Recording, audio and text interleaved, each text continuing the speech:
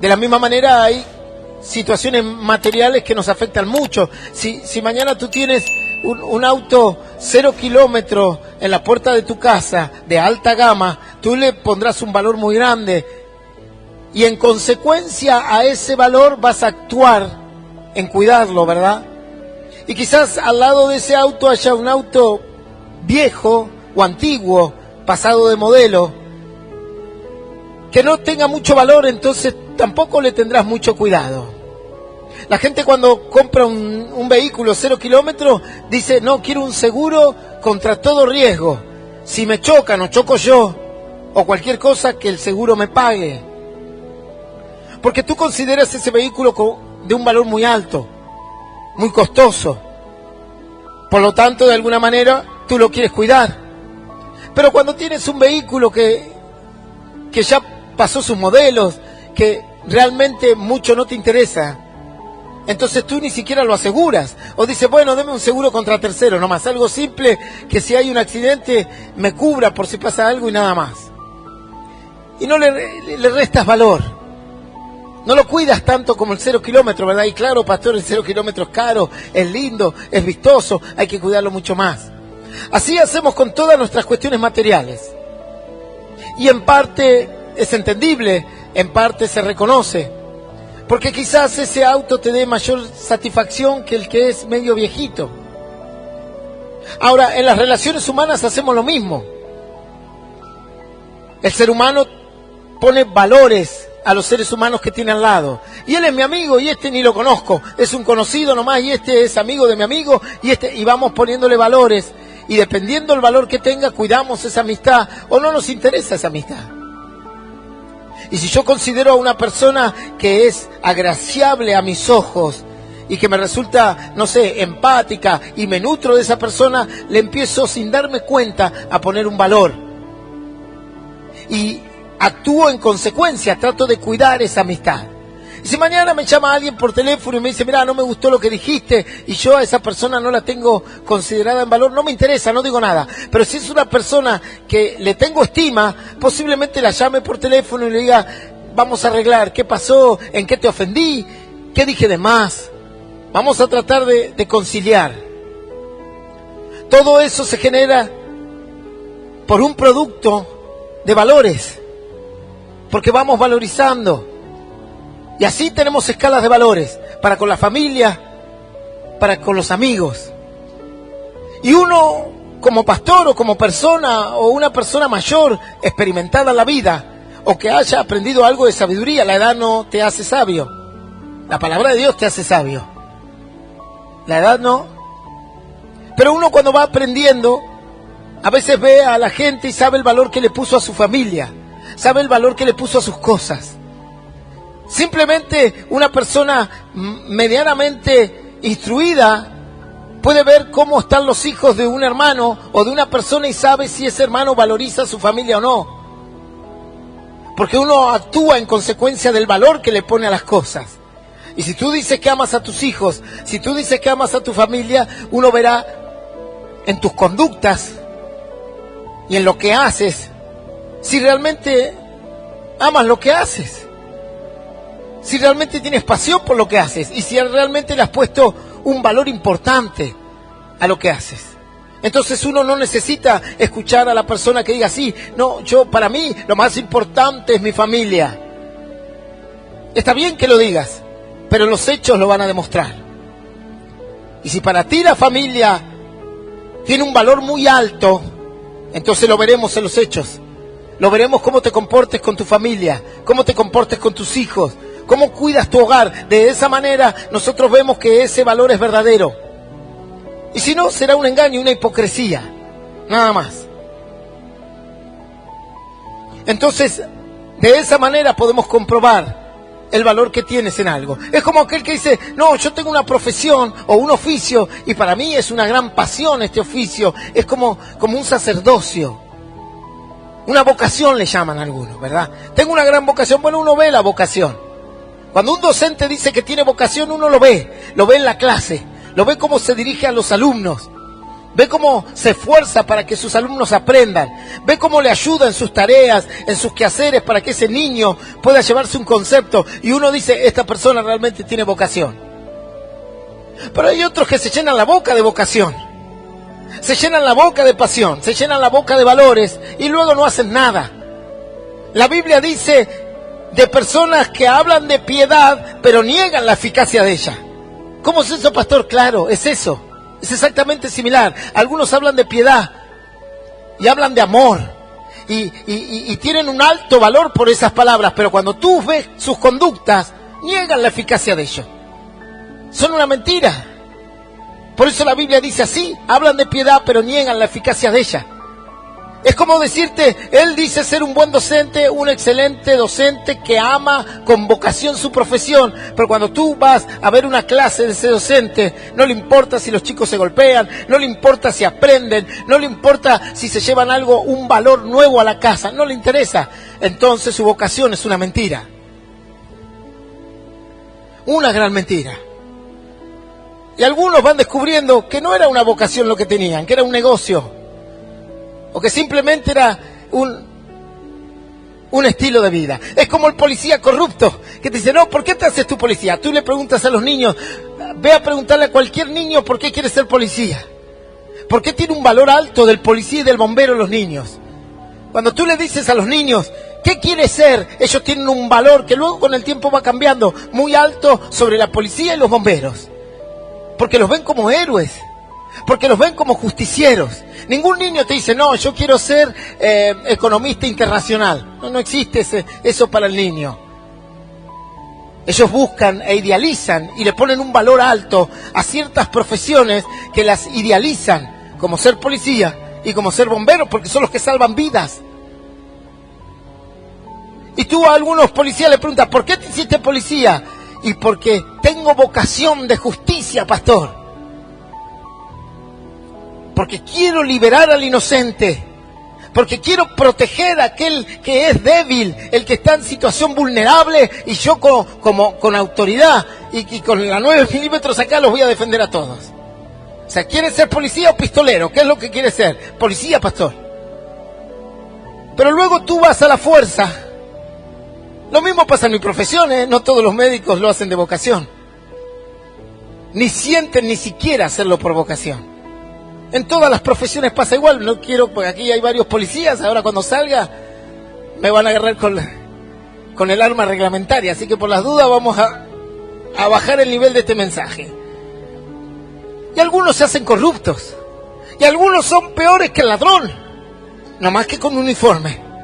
Y tú dices, ¿dónde estaba ese valor? No tenía ningún valor, era toda una mentira, era todo un engaño.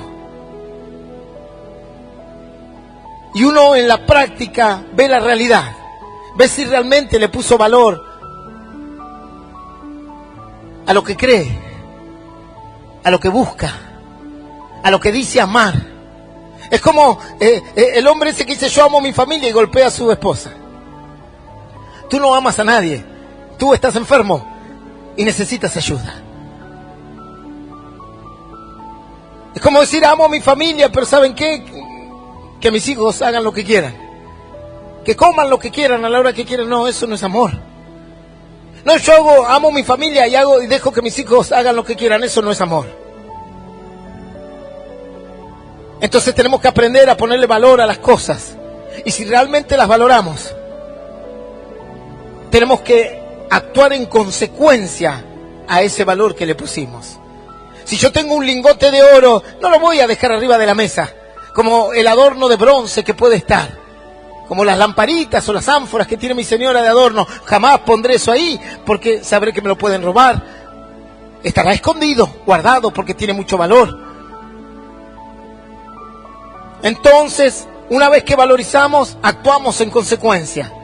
Dice la Biblia que había un rey joven, muy joven, sabio a pesar de su juventud, inteligente, capacitado, como no muchos en la antigüedad o en la actualidad, pues era joven y tenía muchas virtudes, y tenía virtudes necesarias para ser un líder, Y en este caso llegó a la máxima autoridad de su nación, que es el rey.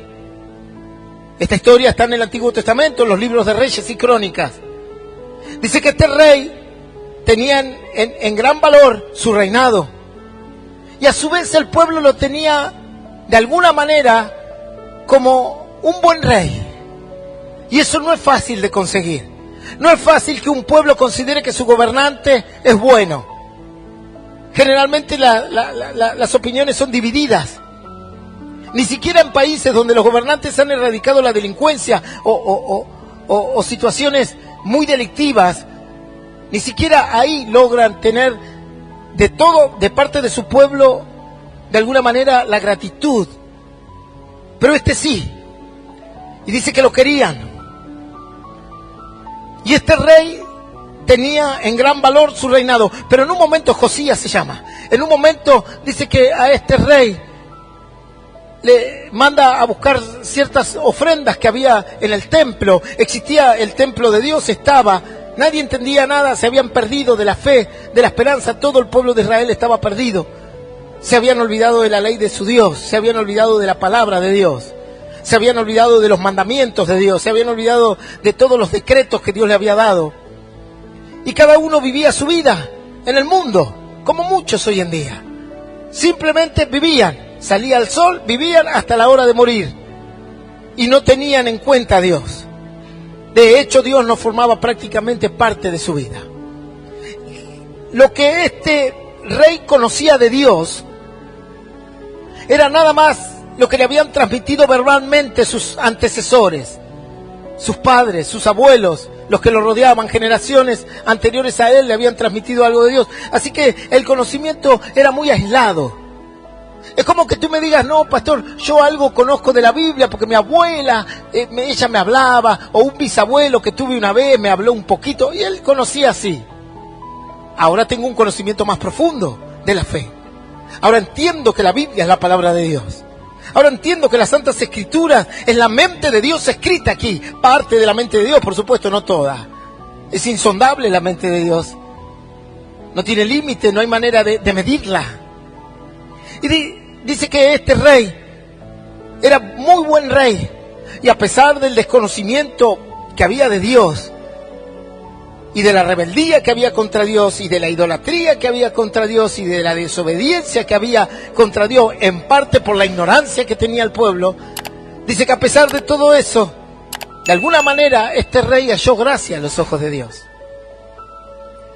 Y en un momento manda a unas personas a que vayan a buscar al templo, que el templo lo tenían como una despensa. No era el templo, no representaba nada el templo. El templo simplemente era como un depósito, así, como un obrador. Para algunos la iglesia es así, el valor que tiene la iglesia es un depósito, simplemente. No representa más nada que eso. Bueno, para aquel entonces la iglesia representaba eso, el templo representaba eso. Un lugar donde había libros, ciertos utensilios, los que el pueblo de Israel había construido, vasos, tazas, platos, todo lo que era la vajilla, que era toda de plata y oro, lo que podían conseguir, lo que podían tener, lo que no le habían robado a otras naciones, y tenían todo eso. Era como una gran despensa. La iglesia no cumplía el rol de predicar, no cumplía el rol de llevar al pueblo a los pies de Dios. Simplemente era un monumento histórico nomás. Como esas catedrales gigantes que tú entras y solo entras para sacarte fotos, y hasta ahí nomás, porque no te dejan sacar muchas fotos, porque puedes arruinar la pintura, puedes arruinar lo que hicieron algunos artistas, y es como un museo. Hay iglesias católicas, apostólicas, romanas, que no cumplen ninguna función de evangelizar, independientemente que evangelizan mal todas, ¿no? El 100%. Son museos, en donde la gente va a ver las catacumbas, a ver los huesos que están ahí abajo, de los sacerdotes, del pueblo, y van a ver los sarcófagos. De hecho, van como si fuese un tour de película de terror. Un lugar que si se corta la luz y estás tú ahí solo, y más vale que salgas corriendo. Una vez nosotros hicimos una convención de pastores en la localidad de Neuquén. y no encontrábamos dónde ir a dormir. Y el pastor de la localidad encontró un lugar que era como un convento, un lugar que habían usado así. Y entramos ahí adentro y yo digo, qué terroríficos, esto es para hacer una película de terror. Porque usted vio que las iglesias así católicas, todo lo que es imágenes y todo es todo muy gótico y muy tétrico, por cierto. Bueno, pero la gente va ahí a sacarse fotos, no tiene ningún valor para ellos, no representa nada, solo un lugar de turismo. Mirá, estuve aquí en Roma y me saqué la foto aquí en el Vaticano, en la catacumba, vas a saber las cosas que hay ahí abajo. Y para algunos la iglesia es eso. Simplemente un lugar para decir, bueno, hoy estoy aburrido, me voy hasta la iglesia. No representa nada, no tiene ningún valor. Y bueno, con Josías era lo mismo. El templo no tenía ningún valor. Entonces él dice, vayan ahí a revisar entre donde están lo que la gente pone de ofrenda, porque tenemos que arreglar ciertas cuestiones de los muros y eso. Y cuenta la escritura que va uno a buscar todo y entre que empieza a revisar todo, se encuentra una Biblia. Lo que estaba escrito para aquel entonces en la Biblia, obviamente estamos hablando de segunda del libro de Reyes. Estaba escrito hasta primera de Reyes, nada más. De ahí en adelante no había nada escrito. Y dice que encontró estos fragmentos, estos papiros, o pergaminos, para aquel entonces eran pergaminos, ya papiros fueron los egipcios, y dice que se los trajeron al rey Josías. Y Josías dijo, ¿qué es esto? Esto es la ley de Dios. Esto es la palabra de Dios. Esto es lo que Dios le dio a nuestros padres. Esto es lo que Dios le dio escrito con su mano, con sus dedos. Las tablas de la ley, pero ahora en pergaminos. Lo que Dios le dio a Moisés allí en el monte. Estas son las leyes de Dios. Esto es como Dios nos liberó de Egipto y nos trajo aquí a una tierra prometida. Y dice que Josías, al primer momento, simplemente estaba de alguna manera como curioso de lo que era el libro de la ley. Y dice que comenzó a leerlo. La Biblia no dice cuánto tiempo lo leyó. Si fue una semana, 2 días, una noche. Lo único que dice la Biblia es que a medida que él leía el libro, su corazón se iba enterneciendo. Y Josías comenzó a darle más valor que a cualquier cosa. Y comenzó a darle valor. Y comenzó a darse cuenta que la palabra de Dios tenía un valor extraordinario. Y comenzó diciendo, qué interesante. Para luego decir que es importante. Para luego decir, esto es indispensable. Para luego decir, esto es eterno. Para terminar diciendo que más que su reinado era lo que tenía ahí en su mano. ¿Entiendes cómo le fue dando valor? Le fue dando cada vez más valor. Cuando nosotros llegamos a Cristo pasa lo mismo. Cuando a mí me predicaron me resultó interesante. Digo, qué interesante que es esto. ¿Cómo no escuché antes yo esto? ¿Cómo nadie me habló antes de esto? ¿Cómo mis padres no me hablaron de esto? Luego lo interesante se hizo necesario, porque fue adquiriendo más valor. Entonces, de interesante pasó a necesario. Y yo digo, necesito escuchar esto. Me es menester escuchar esto. Me es saludable escuchar la palabra de Dios. Me es agradable. Me es sano. Siento que la palabra de Dios me limpia, me cura, me sana la mente, los pensamientos. Luego de ser curioso y de ser necesaria, pasó la palabra de Dios a ser indispensable. Y en un momento dije, yo no puedo vivir más si esto no está conmigo. Mi vida cambia. Y mi vida cambió. Ya no es lo mismo con Cristo sin Cristo. La mera justificación o la mera información de que Cristo no exista destruye mi vida automáticamente y completamente. Porque no podría vivir una vida sin Él. Porque me sería imposible vivir una vida sin Cristo. Sería imposible volver a empezar.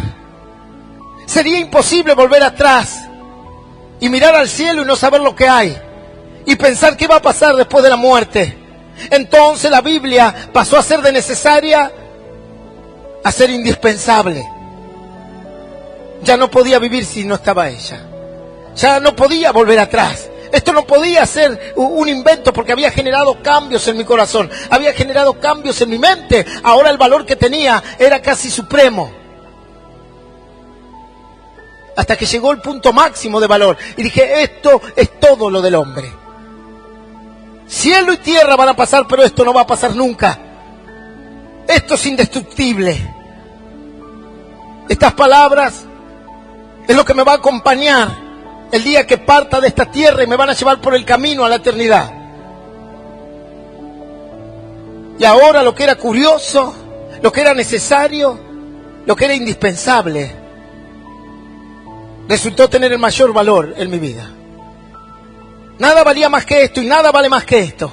Su esposa, pastor, no. Sus hijos tampoco. Esto es lo que más valor tiene.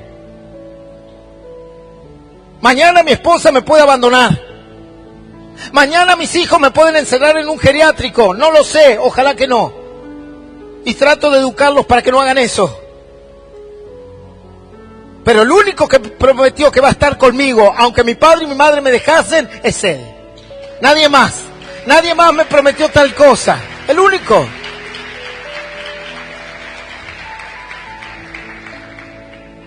Tú no sabes si mañana el pastor no va a enloquecer. Mañana vengo con un caballo aquí arriba y tú dices, se volvió loco el pastor. Tú no lo sabes. Pero el único que va a estar contigo todos los días hasta el fin del mundo es Él. Cuando Josías entendió eso, dijo, esto es más que mi reino. Esto es más que mi vida, que soy el rey, la autoridad máxima de esta tierra. Y le puso un valor tan grande que dice que su corazón se partió en dos, se quebrantó, se enterneció. ¿Sabes qué significa, no? Sí, pastor, es medio como el peseto, que cuando está muy duro lo ponemos en leche, en agua y en vinagre para que se ablande, sí, una cosa así. Hay corazones que son de piedra, que son duros, que son malos. Y el único que tiene la capacidad de enternecer eso es la palabra de Dios. Nadie más. El único que puede agarrar a una mujer abusada y darle otra vez esperanza en la vida, el único es Dios, a través de su palabra. Nadie más. El único que puede agarrar el corazón de un hombre destrozado, cansado, agobiado, es solo Dios. Ese es el valor de esta palabra. Dice que Josías le puso el máximo valor. Entonces actuó en consecuencia. Dijo a todos su consorte, todos los que rodean a un rey, ¿verdad? Como decir, no, bueno, todos los que rodean a un presidente. Llamen a todo el pueblo y tráiganlo a la plaza. ¿Para qué? ¿Vas a decretar un impuesto? ¿Aumentar o bajar un impuesto? No. Acá no se trata de impuestos. ¿Vas a ir a declarar una guerra? No voy a declarar una guerra. Trae a todo el pueblo. Les voy a dar esto. Les voy a dar la palabra de Dios. Y así Josías se transformó en un predicador. Y agarró el rey el libro de la ley y comenzó a leérselo al pueblo. No le leyó las leyes de seguridad. No le dijo cuáles eran los próximos pasos impositivos. No le dijo cuáles eran los nuevos cambios de la Constitución Nacional de su país. No les habló de las nuevas reglamentaciones de aduana, de exportación e importación.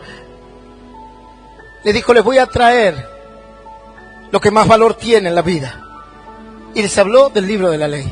Dice que el pueblo lloraba, se rasgaban las vestiduras, quebraba el corazón de la gente, se quebrantaban ante los ojos de Dios, porque comenzaron a darle valor a la palabra de Dios.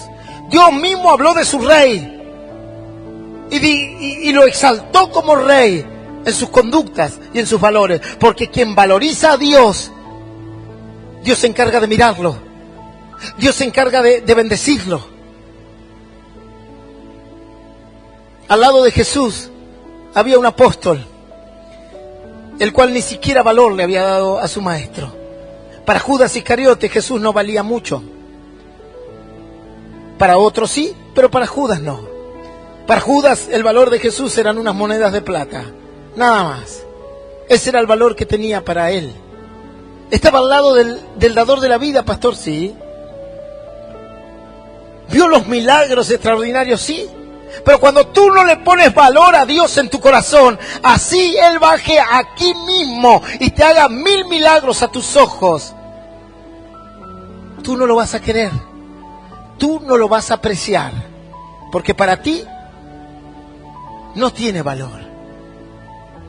Es como cuando alguien que es tu enemigo te trae un regalo y tú dices, menosprecia su regalo, porque para ti no tiene ningún valor quien te lo trajo. Y si viene la persona que amas o que quieres, así te trae una piedra pintada de colores, tú dices, es la piedra más hermosa que recibí en mi vida. Así hacemos los padres con nuestros hijos, ¿verdad? Cuando es mi cumpleaños vienen mis hijos. Vio que cuando es el cumpleaños de mis hijos tienen que haber regalos, pero por doquier, como si fuese Papá Noel, una cosa así, que no existe, claro. Pero cuando es mi cumpleaños, como mis hijos no trabajan, vienen con una tarjetita, así, feliz cumpleaños papá, y chao. Ahora, esa tarjetita para ti tiene un valor extraordinario. Y tú agarras esa tarjetita, yo tengo un montón ahí, y la guardas en el placar. Y dices, tiene un gran valor, es un papel pintado. A veces hay hermanos aquí que, hay un hermano específicamente que a veces me hace unos dibujos. Así como puede nomás, no son grandes dibujos, pero son con el corazón. Entonces cuando yo los recibo los guardo y los pongo y mi Señor me dice que esto, el dibujo que me mandó el hermano fulano de tal. Digo, esto tiene mucho valor. Y tengo en un placar, junto con los de mis hijos, pongo ahí y digo, esto lo voy a guardar aquí. Y a veces lo guardo al lado de cosas que cualquier otro diría, eso tiene valor, pastor, esa computadora que tiene ahí vale mucho. No. Para mí tiene más valor el dibujo. Porque es de parte de quién viene. Dice que Judas no pudo encontrar valor en Jesús. No pudo, a pesar de ver los milagros, a pesar de ver cómo la gente se convertía, a pesar de ver paralíticos levantarse, ciegos recibir la vista, sordos escuchar, mudos hablar y cuanto otro milagro como la lepra sanarse. Dice que Judas, el Iscariote, no le encontró valor a Jesús. Y ese era el gran problema. Así Jesús venga con decenas de ángeles y le muestre el mismo cielo, él nunca iba a creer. Porque no tenía valor Jesús para él. Simplemente Jesús era como un trampolín para conseguir cosas y entre eso robar de las ofrendas. Y ese es el fracaso de muchos creyentes. Y ese es el fracaso de muchos, a pesar de que Dios haya hecho milagros a tu alrededor. Es que tú no le tienes valor. Es que para ti la iglesia y Jesús no tienen gran valor. Tu gran escala de valores está a nuestro lado. Dice así la Biblia, abre tu libro, el Evangelio de San Marcos, capítulo 14, versículo 3, una hermosa historia que se repite a lo largo del mundo y de la historia de la predicación. Dice, Jesús es ungido en Betania. Evangelio de San Marcos, capítulo 14, versículo 3 en adelante, hasta el 9, dice así. Pero estando él en Betania, en casa de Simón el leproso, y sentado a la mesa, vino una mujer con un vaso de alabastro de perfume de nardo puro, de mucho precio, y quebrando el vaso de alabastro, se lo derramó sobre su cabeza. Y hubo algunos que se enojaron dentro de sí, y dijeron, ¿para qué se ha hecho este desperdicio de perfume? Porque podría haberse vendido por más de 300 denarios y haberse dado a los pobres. Y murmuraban contra ella. Pero Jesús dijo, dejadla. ¿Por qué la molestáis? Buena obra me ha hecho. Siempre tendréis a los pobres entre vosotros y cuando queráis les podréis hacer bien. Pero a mí no siempre me tendréis. Esta ha hecho lo que podía porque se ha anticipado a ungir mi cuerpo para la sepultura. De cierto os digo que cualquiera, que donde quiera que se predique este evangelio en todo el mundo, también se contará lo que ésta ha hecho para memoria de ella. Y esto es palabra de Dios. Y la recibimos con un fuerte aplauso al Señor.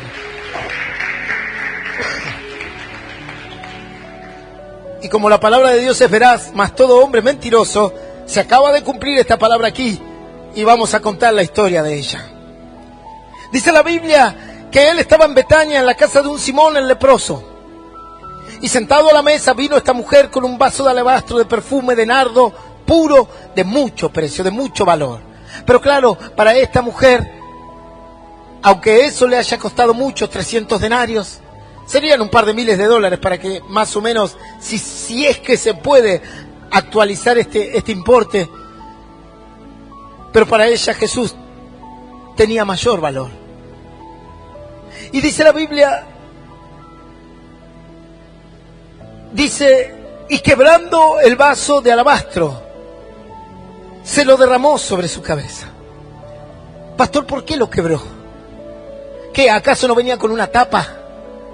No digo que venga con un aspersor como los perfumes de ahora, pero no tendría una tapita aunque sea para derramarlo. No, dice la Biblia que lo quebró. Y cuando lo quebró, lo derramó sobre los pies de Jesús. Aquí comienza el concepto del valor de las cosas. Esta mujer entendió que Jesús era lo más valioso que había en su vida. No sabemos si le hizo un milagro o no hizo un milagro sobre ella. No sabemos si solo se convenció por lo que escuchó, o lo que vio, o ambas cosas. Lo que sí sabemos es que llegó un día a su casa, vio todos los ahorros de su vida metidos en un pequeño perfume, en un frasco y dijo, esto no vale nada comparado con él. Esto no tiene valor alguno comparado con la salvación, comparado con lo que él me puede ofrecer. Lo mismo que cuando Jesús se cruzó con la samaritana, que le pidió agua, y él le dijo, yo te puedo dar agua por la eternidad. Te puedo dar agua que salte para vida eterna. Dijo, ¿qué clase de agua es esa? Aquí sacamos agua de un pozo y nos saciamos así cuando tenemos sed, pero ¿qué agua me ofreces tú? Él dice, agua para la vida eterna, que salta a la vida eterna. Esta mujer entendió que Jesús le ofrecía algo que nada en esta tierra podía ofrecer. Nada valía o vale lo que vale el sacrificio de Cristo por ti. Como Jesús mismo, cuando el diablo le ofreció el mundo entero, le dijo, mira, acá tenés todo. Ahí en la tentación del desierto. Acá tenés plata, tenés fama, tenés dinero, tenés estatus, todo lo que quieras. Jesús, nada de eso tiene valor. Nada se compara con lo que mi Padre tiene en el reino de los cielos. Nada se compara con lo glorioso que es la eternidad al lado de Dios. Y esta mujer interpretó esto en su corazón y dijo, esto no tiene más valor, así que voy a hacer un sacrificio para Dios. Voy a agarrar lo que más me costó, lo que quizás me llevó tiempo, y lo voy a quebrar ante los pies de Cristo. No fue y abrió el frasco y tiró un poquito, dice que lo quebró. ¿Sabes qué significa eso? Entrega total. ¿Sabes qué significa eso? Ese cántaro quebrado es tu corazón. Representa nuestro corazón. Cuando nosotros quebramos nuestro corazón a los pies de Cristo, no queda otra que salga olor grato hacia Dios. Perfume agradable hacia Dios. Tu vida es como ese perfume agradable a Dios. Pero para eso se tiene que quebrar el corazón. Y para quebrar el corazón ante los pies de Cristo, tenemos que tenerlo en un muy alto valor. Dice que la mujer agarró el frasco sin importarle su costo, porque ese frasco representaba no menos que su corazón. Pastor, ¿cómo puede decir eso? Tan seguro. ¿De dónde aprendió eso? Que eso simboliza el corazón. Bueno, la ofrenda de Caín y de Abel, ¿qué simbolizaban? ¿Acaso cuando Abel ofreció lo mejor de lo mejor para Dios, no dijo Dios que la ofrenda de Abel era buena, que su corazón era bueno? Y que cuando Caín entregaba una ofrenda mala, o sea, agarraba lo peor que tenía de los frutos que había cosechado de su agricultura, A Dios no le agradó la ofrenda de Caín. La ofrenda representaba el corazón de cada uno de ellos. Eso representaba. Cuando tú vienes aquí a alabar a Dios, cuando tú vienes aquí a buscar a Dios, cuando tú vienes a aprender de la palabra de Dios, para nosotros simplemente lo que podemos hacer ostensible es que estés aquí sentado y pareciese que prestas atención. Pero el único que puede evaluar con qué calidad lo haces es el Señor. Él sabe si has venido a alabarle con tu corazón y lo consideras a Él como lo mejor de tu vida.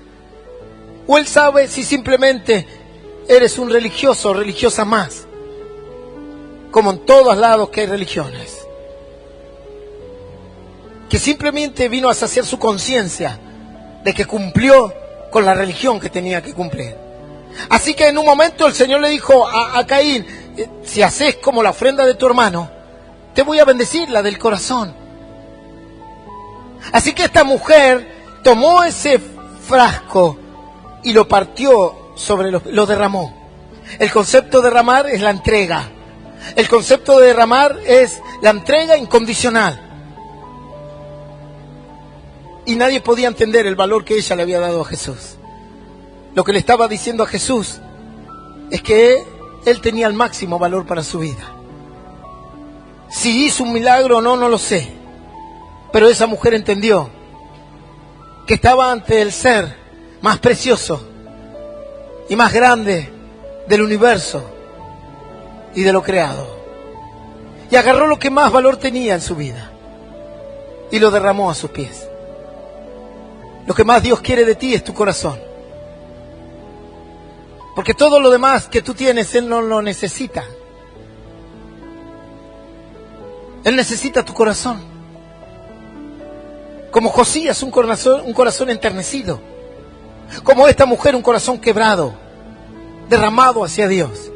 Dice que los que estaban alrededor empezaron a criticarla, claro. Entre esos Judas, por supuesto. Porque para Judas Jesús no tenía ningún valor. Ni siquiera el valor de un amigo. Porque fue y lo traicionó. Porque si hubiese sido como un compañero, no hubiese traicionado a Jesús. Le hubiesen preguntado: che, ¿quién es Jesús? No, no lo conozco, y punto.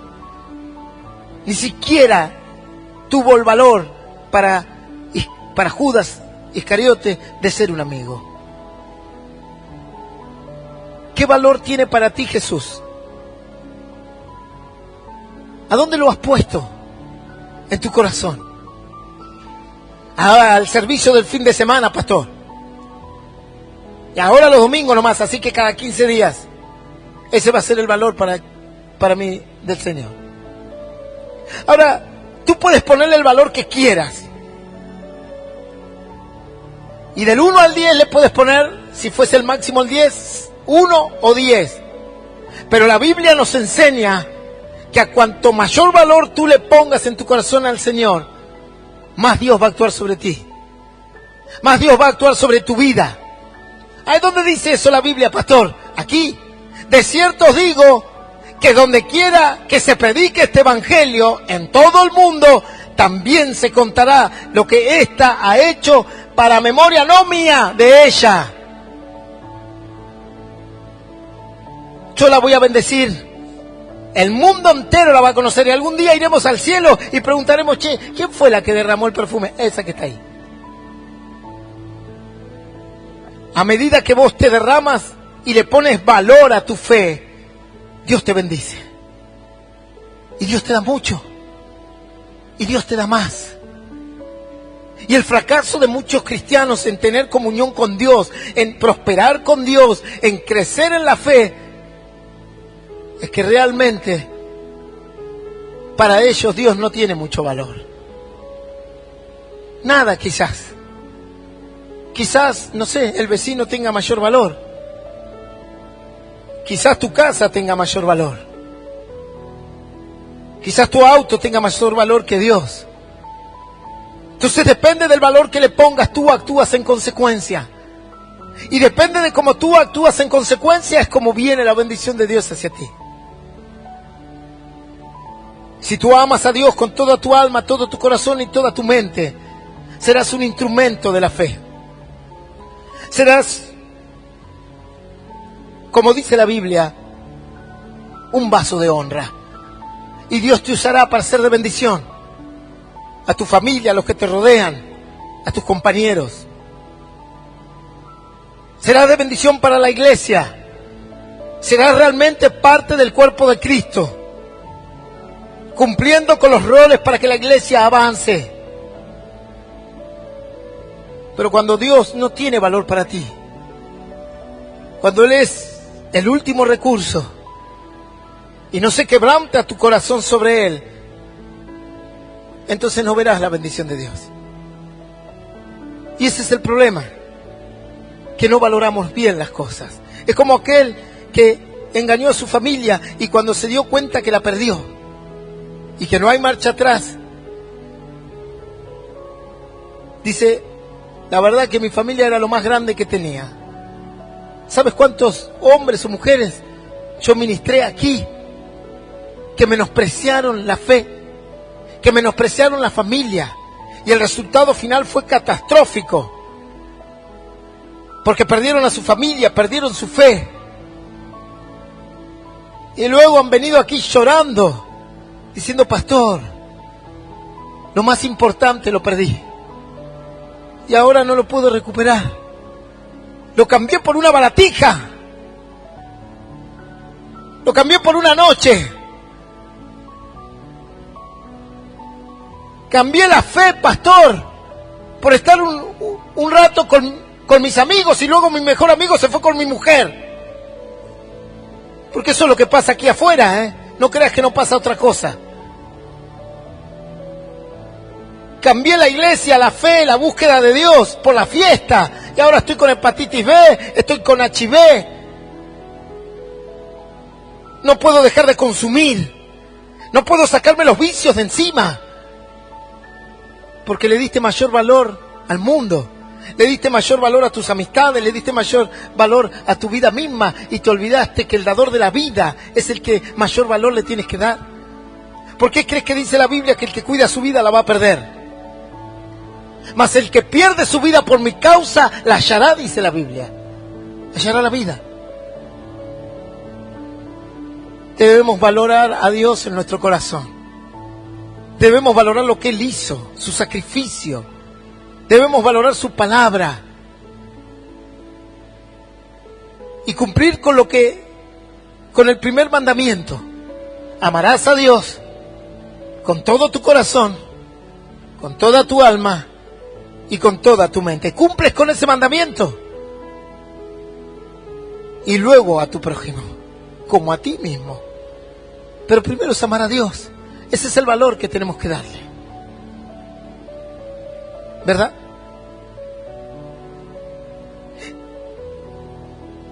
Tú le das valor a tu familia. Y cuando decides salir, te vas.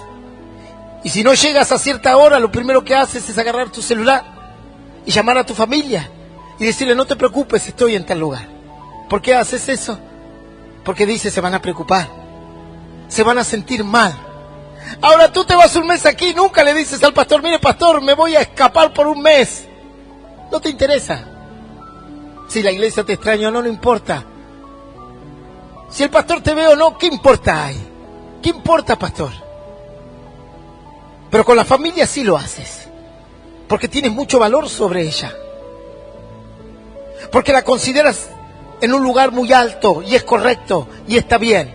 Tú no te ausentas. Tú no dices: bueno, no, me fui a un viaje y tu esposa buscándote por la policía. Y vos: no, me fui con mis amigos a pescar. Llevo una semana pescando, pastor. No, tú no harías una cosa así nunca, ¿verdad? Jamás harías una cosa así. Porque tu familia tiene un valor muy importante. Y tú sabes que se van a preocupar. Y tú sabes que van a preguntar dónde estás. Pero con la fe sí. Con la fe no importa, pastor. Me voy y en un mes vuelvo. A ver si seguramente Dios me va a volver a escuchar. Y abandonan la fe, abandonan la esperanza, cumples tus objetivos y luego vienes así con la cara fresca: hola Señor, volví. ¿A dónde anduviste? Como a Caín. ¿Dónde andabas, Caín? Y tu hermano, ¿qué sé yo dónde está mi hermano? Lo acababa de matar. Yo no soy guarda de él. Él haga su vida y yo hago la mía. Como si yo no supiese o no sabía lo que había hecho Caín sobre su hermano, ¿verdad? Y algunos hermanos caminan así. ¿Por qué hago eso, pastor? Porque en realidad el valor que le has dado a la fe, el valor que le has dado a la palabra de Dios y a lo que Él hizo en la iglesia, no es mucho para ti. Esa es la realidad. No es mucho para ti. Entonces no hay problema. No hay necesidad de cuidarlo. No hay necesidad de estar allí. A veces llaman los hermanos por teléfono y dicen, vimos gente atrás de la iglesia, alguien se podrá acercar. Y hay que pedirle por favor que venga algún hermano. Ahora, si yo te digo, ¿sabes qué? Hermano, me acaban de decir que vieron un auto ahí cerca de la entrada de tu puerta. No te darían las manos para arrancar el auto y ir a ver tu casa. Claro, está bien, tiene valor, te la pueden robar, tienes que cuidarla. Pero cuando se trata de la iglesia no importa. Para eso lo puso al pastor. Que viva ahí en el patio el pastor. Vaya ahí, pastor. Póngase un colchón ahí afuera. Y quédese las 24 horas. Para eso usted es pastor. ¿Verdad? Para estar ahí. Todo el día, las 24 horas. Si come o no come, no importa. Si trabaja o no trabaja, no importa. Usted tiene que estar ahí. Y te has olvidado que la iglesia es de todos. Y Josías, siendo el rey, dice que cuando le dio valor a la palabra de Dios y se dio cuenta que Dios no era solo necesario, sino indispensable, y que la nación no iba a prosperar nunca más si no tenían esto en su corazón, se levantó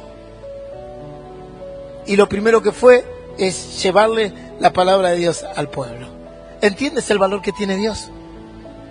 Oro en mi corazón para que lo puedas entender.